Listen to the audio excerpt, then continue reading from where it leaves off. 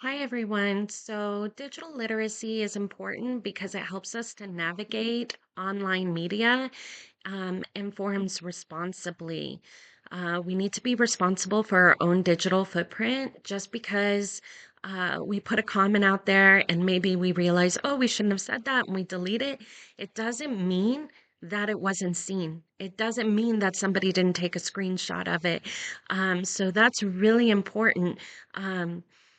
To be held accountable for that digital footprint and to be aware that what we're putting out there, once we hit enter, it's out there. It's been seen by the world.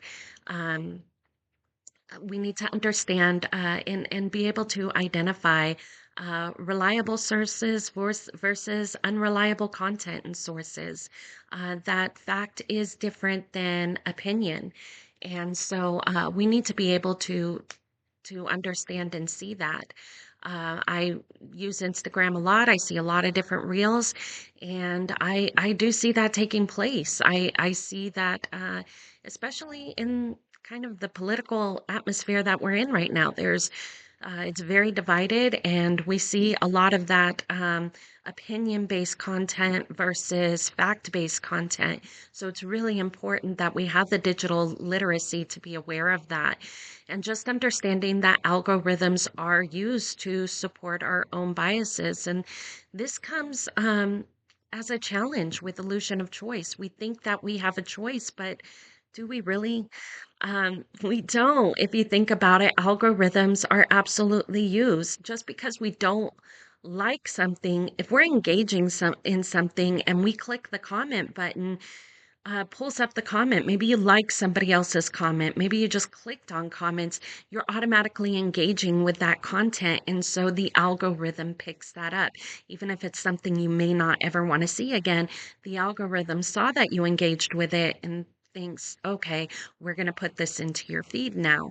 Um, Another challenge is the cognitive shortcuts, right? Well, a lot of us rely on social media and media outlets to receive our information versus actually reading the information for ourselves on reliable sources. If we look at maybe voting, we just had the election. We voted for a lot of different leaders, a lot of different things.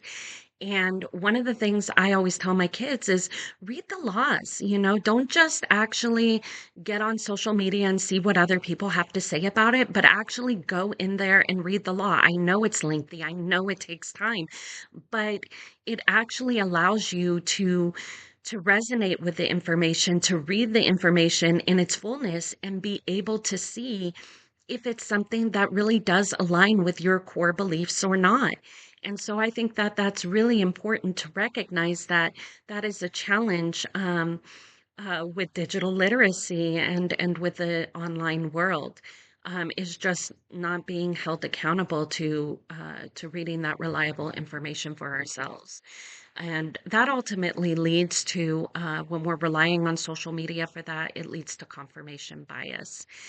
And that brings me to the vocabulary word that I chose, which is groupthink. And that's just the group's practice of pressuring people to conform to that group's ideologies and narratives presented by a group that affects authentic critical thinking and decision making. Thank you so much for listening.